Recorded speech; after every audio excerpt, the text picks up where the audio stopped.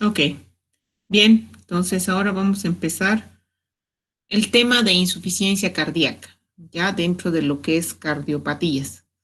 Ya la insuficiencia cardíaca no es en sí una enfermedad, sino más bien una condición terminal del corazón. Es un estado fisiopatológico en el que cualquier disfunción del corazón ha provocado que éste se deteriore tanto que sea incapaz de bombear sangre al organismo, ¿ya?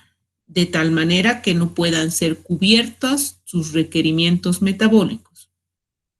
Entonces, no es una enfermedad, sino es como un estado terminal, un estado fisiopatológico, ya en el que el corazón está agotado, si quiere.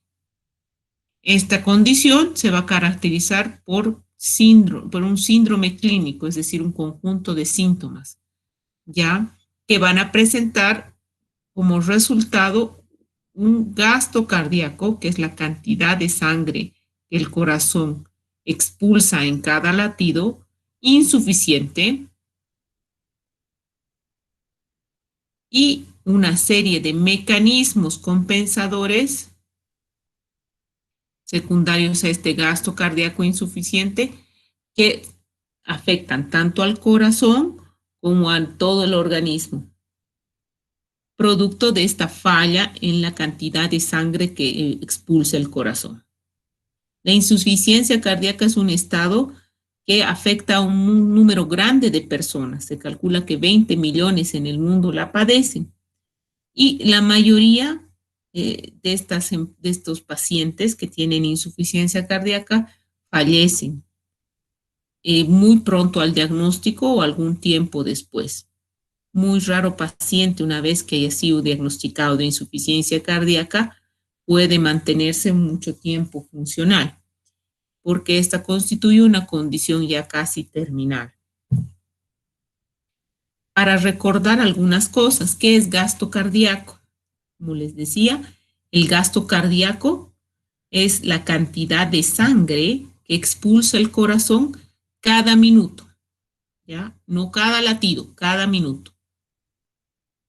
Y otro concepto que es importante es lo que se llama la fracción de eyección, que es el porcentaje de sangre bombeada fuera de los ventrículos en cada contracción. Usualmente, supongamos que el ventrículo se llena al 100%, está llenito de sangre. ¿Mm? Eso y en una contracción ventricular se expulsa esa sangre a otra cavidad, en este caso hacia los grandes vasos. Entonces, la cantidad de sangre que se expulsa es lo que se llama la fracción de eyección y usualmente puede fluctuar entre un 50 a 70%. Si esta fracción de eyección ya es menor, quiere decir que se queda sangre en el ventrículo y hace que este ventrículo se sobrecargue. Ya estamos entrando en una fase de insuficiencia, ya porque no puede botar toda la sangre que le lleva y se va quedando un porcentaje dentro del corazón. Bien, otro concepto que es importante es lo que se llama reserva cardíaca. Todos tenemos una cierta reserva cardíaca. Es la capacidad que tiene el corazón dar la cantidad de sangre que expulsa en un minuto, es decir, el volumen de gasto cardíaco, y esto relacionado con la actividad. Esto está directamente relacionado con el entrenamiento físico y la capacidad que tiene el corazón de aumentar su frecuencia, su fuerza de contractibilidad. ¿Ya? Y esto viene de la capacidad de resistencia y entrenamiento. Por ejemplo, Usain Bolt, para llegar a esa velocidad, ese grado de velocidad tan rápido, necesita pues un corazón extremadamente potente que envíe un gran flujo de sangre a nivel muscular de tal manera que no pierda potencia esos músculos. Entonces, su reserva cardíaca es muy grande. Es decir, que rápidamente de pasar de una frecuencia de 40 puede pasar a una frecuencia cardíaca de 120 sin que su corazón se deteriore, se dañe y puede impulsar un gran volumen de sangre, una fracción de eyección también mayor. Entonces, a esa capacidad que tiene de adaptación el corazón a la actividad física y ese volumen extra que podría dar se llama reserva cardíaca. Bien, los pacientes usualmente en insuficiencia cardíaca, ya esa reserva cardíaca ya prácticamente no la tienen. El corazón funciona al límite. Incluso en reposo ya están a un corazón funcionando al límite y es por eso que usualmente en la insuficiencia cardíaca ya hay síntomas de cansancio, de fatiga y de disnea. Bien, la insuficiencia cardíaca no es una enfermedad que aparece de un día para otro. Es una enfermedad lenta, de larga y gradual evolución. Hay muchas situaciones que van a hacer que este corazón disminuya su capacidad de bombear. Entre ellas, las más frecuentes, puede ser una coronariopatía, la hipertensión arterial o una miocardiopatía. Vamos a ver ahora a qué se refiere eso. Hoy no, pero en este capítulo. ¿Ya? Y otras enfermedades, como por ejemplo las enfermedades de las válvulas, las arritmias, las infecciones, el alcoholismo y las endocrinopatías también pueden ir deteriorando poco a poco este corazón y volverse en esto como una bolsa que no tiene fuerza para contraer y no puede impulsar la sangre hacia los vasos y la sangre se queda como acumulada acá. Entonces, uno de los factores, si las personas tienen estas enfermedades de riesgo, es la prevención y el enlentecimiento del proceso. Y esto se logra a través de mejorar esa reserva cardíaca. ¿Y cómo podemos mejorar esa reserva cardíaca? Básicamente, el principal factor es el ejercicio. Entonces, si bien la insuficiencia cardíaca no se puede curar, es posible, si el paciente tiene algunos de estos factores de riesgo, hacer actividad física, ejercicios para prevenir o enlentecer el proceso y obviamente también el plantear algún tratamiento con fármacos para mejorar esa fuerza de contracción. ¿Cuáles son las causas que llevan a un corazón a que se haga insuficiente o insuficiencia cardíaca? Como les decía, no es una enfermedad, sino es el fin, si quieren, el desenvolvimiento, una condición final que hacen que el corazón ya no funcione bien. Entre esto podemos tener tres tipos de causas: las causas predisponentes, las causas determinantes y las causas precipitantes. Las causas predisponentes son aquellas que las personas tienen o han tenido una enfermedad en el corazón y esta, si no es adecuadamente manejada, tratada, prevenida, puede predisponer a que el paciente se genere una insuficiencia cardíaca. Dentro de estas está la hipertensión arterial, por ejemplo, la diabetes, la fiebre reumática, el sexo masculino, la obesidad y el tabaquismo. Gran parte de estas causas pueden ser prevenibles o con un adecuado control y tratamiento. Por eso se hablan de predisponentes. Las causas determinantes son causas que igualmente han sido padecidas por el paciente, ya sea en forma adquirida o congénita, pero que el resultado final de estas enfermedades, pese al tratamiento, solamente enlentecen, va a ser una insuficiencia cardíaca. Entre estas están las más frecuentes: la miocardiopatía de cualquier origen, las insuficiencias valvulares, estenosis pulmonar, la hipertensión pulmonar, las arritmias cardíacas. Y las precipitantes son aquellas que pueden desencadenar una insuficiencia cardíaca si es que muchas veces estas no son adecuadamente manejadas o se presentan en combinación. Básicamente son muy parecidas a las determinantes. En estas están las arritmias, la isquemia miocárdica, el uso de fármacos, las infecciones, el esfuerzo, la cirugía. Entonces, entre las precipitantes y las determinantes no hay mucha diferencia, pero las predisponentes son aquellas que se pueden de alguna manera prevenir. Si son adecuadamente manejadas, se pueden prevenir. También, de acuerdo al tipo de instalación de los síntomas, podemos clasificar la insuficiencia cardíaca en crónica y aguda.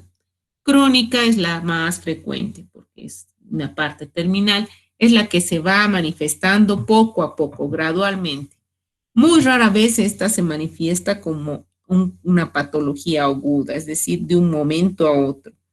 Y en este caso, usualmente los síntomas son muy graves y la condición es muy crítica. También se puede clasificar la insuficiencia cardíaca de acuerdo a qué fase del latido, del ciclo cardíaco se presenta. Puede ser en la sístole o puede ser en la diástole. Cuando aparece disfunción en la sístole, usualmente los ventrículos no bombean adecuadamente la sangre y lo que se queda es una fracción de eyección baja. Habíamos dicho que lo normal es de un 50 a 70%. Entonces ya se habla de insuficiencia cuando tienen una fracción de eyección de 40 a 50%. La disfunción reactólica, en este caso, los ventrículos están rígidos, no pueden llenarse adecuadamente. ¿Ya? Esto hace también que al llenarse menos puedan impulsar menos sangre hacia el corazón, con una fracción de eyección menor a 60%. ¿Ya? Bien. La insuficiencia cardíaca, al ser una enfermedad crónica, va a dar igualmente síntomas crónicos de larga data.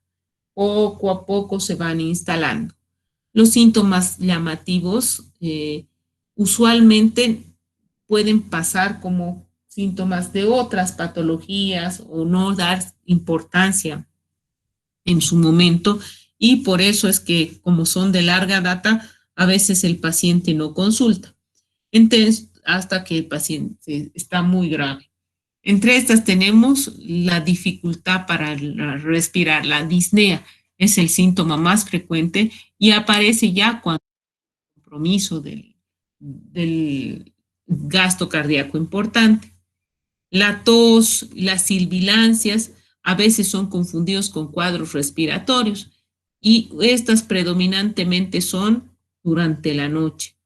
La fatiga, como la falta de ganas, eso la falta de ánimo de hacer las cosas, el cansancio continuo, la pérdida de apetito, el edema de extremidades y el aumento de peso, la nicturia, que es esta orina nocturna, mareos, confusión, incluso desmayo, síncope y las palpitaciones. Como ven, son signos de compromiso cardíaco, pero que tienen larga data, no aparecen agudamente.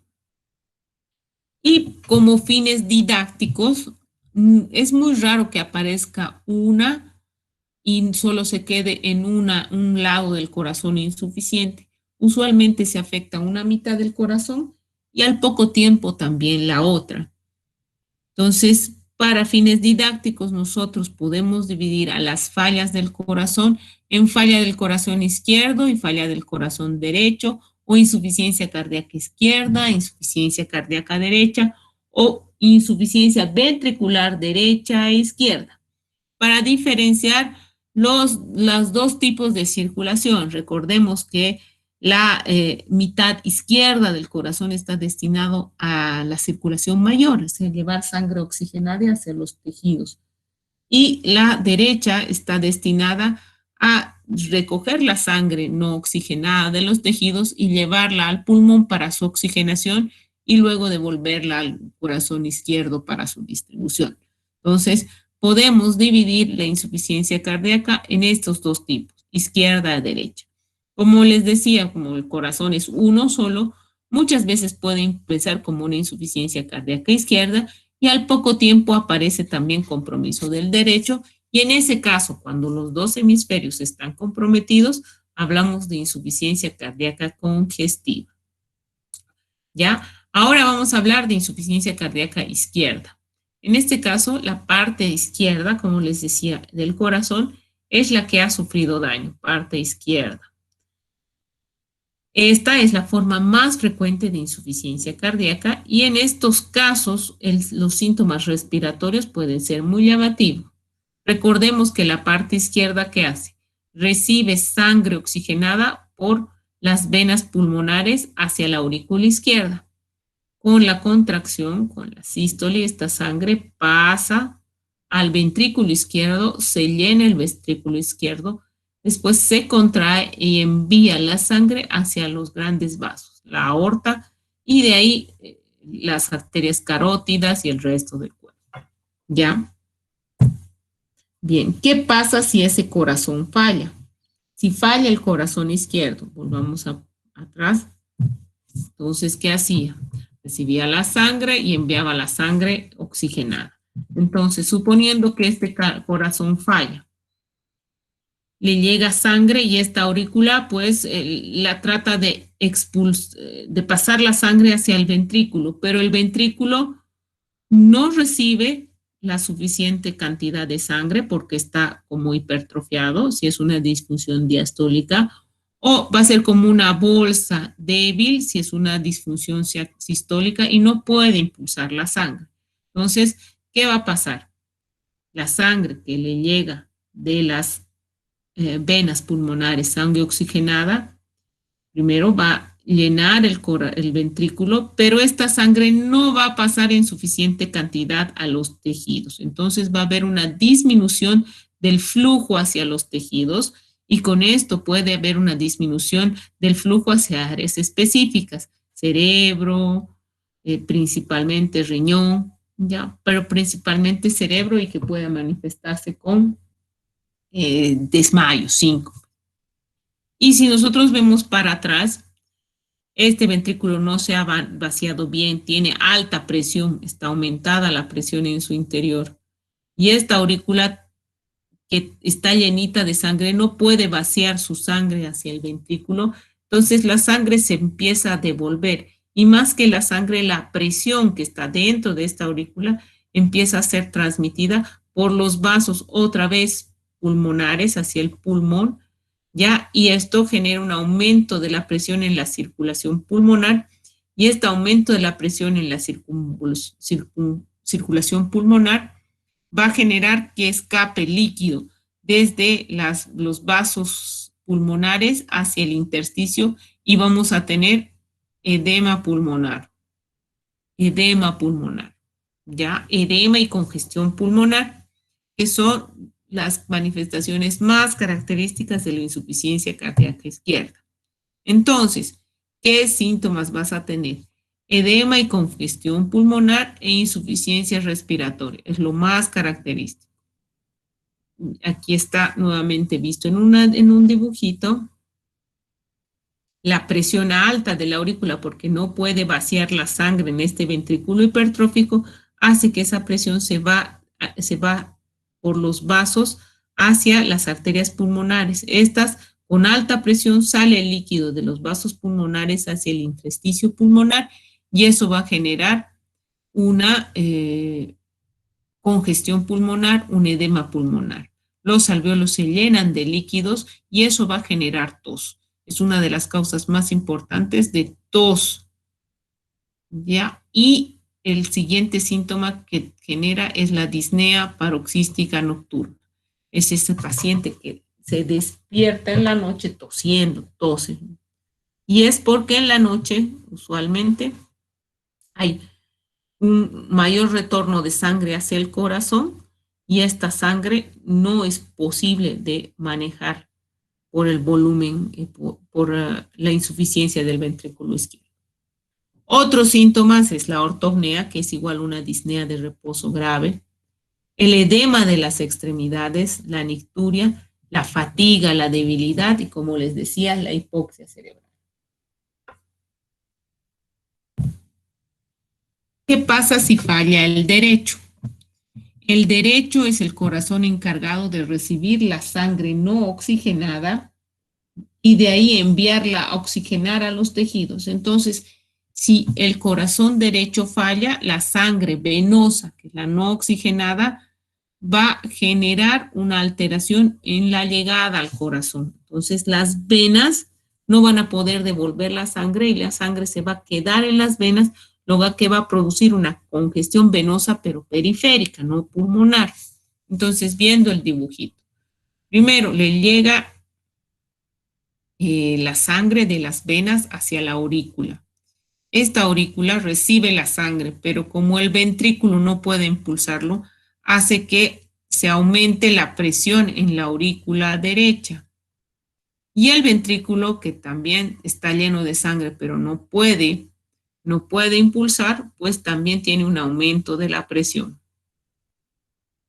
Ya, entonces el primer síntoma es un aumento de la presión en la aurícula derecha. Esta presión se va a transmitir hacia los vasos, en este caso los vasos venosos, ya las venas del corazón. Y las venas están en contacto con órganos. Uno de los órganos más importantes es el hígado. Entonces, vamos a tener un paciente que va a tener hepatomegalia o un hígado grande, congestivo, así grande, porque está lleno de sangre que retorna del corazón. Vamos a tener cianosis distal, porque la sangre venosa no oxigenada está congestionando nuestras venas. Vamos a tener ingurgitación yugular, las venas yugulares también están gordas, están llenas de sangre. Y en algunos casos, por dilatación y alteración de esta aurícula de la derecha, se puede producir arritmias cardíacas. Entonces, resumiendo en este cuadro, insuficiencia cardíaca, insuficiencia derecha. Cuando se combinan los síntomas, es falla de todo el corazón y ahí hablamos de insuficiencia cardíaca congestiva. Insuficiencia cardíaca izquierda, piense, ese es el corazón que lleva la sangre hacia los tejidos. Si falla, ¿qué vamos a tener? Pues va a faltar sangre a los tejidos que más necesitan. El cerebro, vamos a tener una alteración a nivel cerebral, vamos a tener intolerancia al ejercicio, vamos a tener hipoxemia o disminución de la perfusión tisular. ¿Ya? Esto porque no hay una cantidad adecuada de sangre que llega a los tejidos. Y segundo, por un aumento de la presión en la aurícula, esta se va a pasar hacia los vasos venosos pulmonares y esto va a generar primero un aumento del líquido a nivel de los alveolos, edema pulmonar, y esto va a generar una alteración en el intercambio de gases que va a aumentar lo que es la hipoxia. El edema pulmonar produce los síntomas nocturnos, la tos con expectoración, la ortopnea, la disnea paroxística nocturna. ¿Ya? En la insuficiencia cardíaca derecha, ¿qué es lo que ocurre? El corazón derecho no puede recibir la sangre, ¿ya? Y si la recibe está todo llena de las venas, del sistema venoso. Entonces, la sangre se queda en las venas, lo cual produce que estas venas estén hinchadas, se dilatan, y esto genera pues congestión de los tejidos periféricos. Esta congestión se va a manifestar como que, primero, edema de las partes declive. Segundo, puede manifestarse con el hígado grande, congestión hepática, hepatomegalia, y esto puede afectar a la función del hígado. Y tercero, también puede provocar que la sangre a nivel de la parte gastrointestinal se congestione y el paciente tenga anorexia, malestar general y baje de peso. Entonces, no vamos a tocar más ciencia. Vamos a ver, como les decía, más adelante algunos videitos. No sé si tienen dudas, consultas al respecto.